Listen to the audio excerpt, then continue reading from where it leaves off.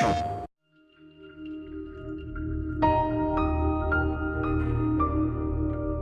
was always kind of dreaming of this game since I've been a kid, you know, in a really real way.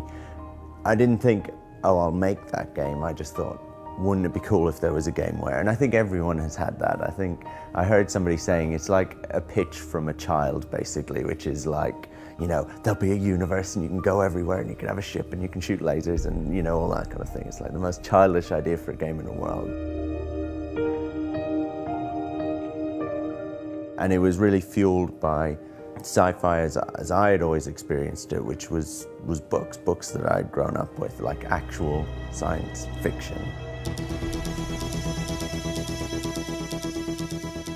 We always knew that we wanted to make No Man's Sky.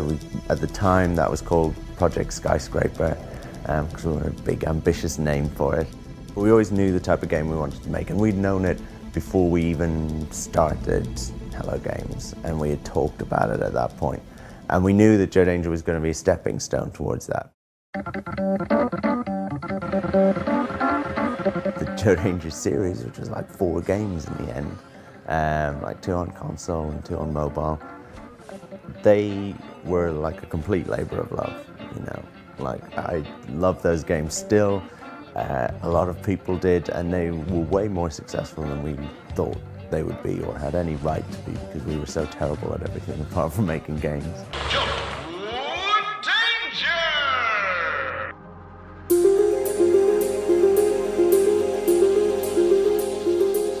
It really kind of properly started a year and a half ago. It's not quite a year and a half ago, like a year and 5 months or something. And that was when 4 of us, slightly different 4 to the 4 that had founded the company, just found a small room within that large office, and we actually just like literally locked the door and had a separate entrance and stuff like that, and squirreled ourselves away.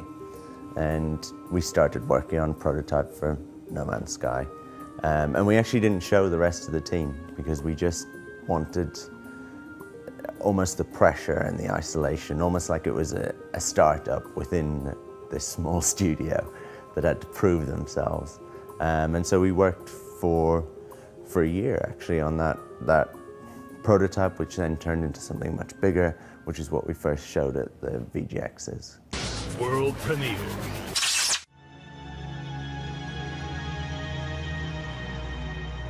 Christmas Eve, I got like a text and then a call saying like the office is starting to flood. This kind of space that we'd done up ourselves and everything that was like, you know, kind of quite personal to us, I guess, was pretty much kind of wiped out within a few hours, basically.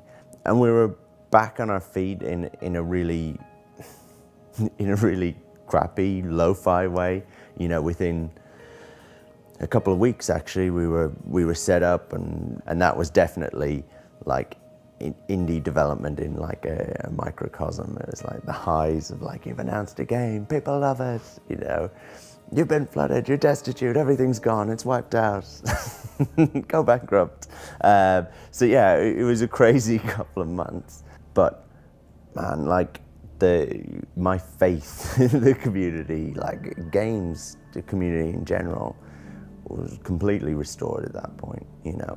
And times like this at E3, we've had so much positivity about the game, you know, like you just never see that, where people really get behind something in such a big way. And that's massively, massively meaningful to us and really fuels you.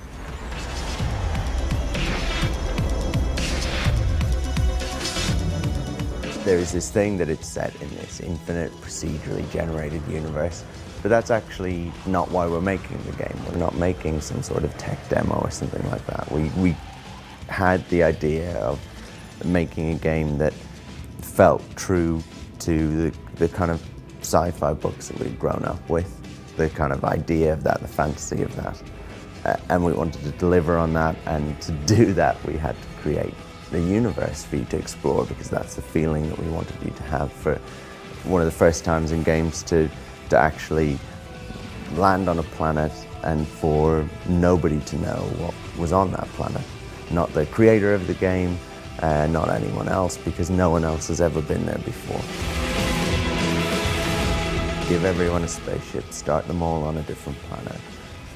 Give them a working, living, breathing universe that has planets with ecology, that has space stations and fleets of freighters and military and police and different races and all of them interacting, and let players loose and let them decide the game that they want to play, because that's what's interesting to me. I'm really interested by things that are less descriptive, actually, and less, hard-coded about what way you have to play it, and that don't start with a tutorial and then just kind of land you in and let you off to make your own fun.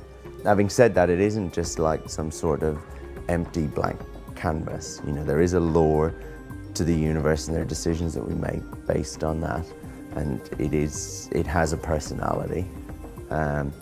It is generally a pretty dangerous place to be, as it should be kind of for sci-fi. It isn't just some ambient utopia, right? You are always in danger.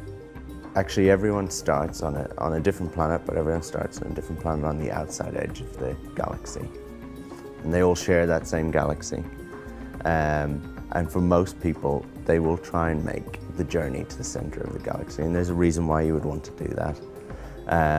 But that is a journey that they will undertake, and to do that, they will need to upgrade their ship, upgrade their weapons, upgrade their suit, and they will need to plan, and they will need to cooperate with other players to an extent, and they will actually need to be quite clever.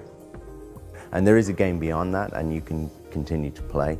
But for a lot of people, that's the core journey that they will be on. They will think, I started out with the smallest, crappiest ship you could imagine, and I got to a point where I could get to the center of the galaxy and see what was there. And we want that to be significant.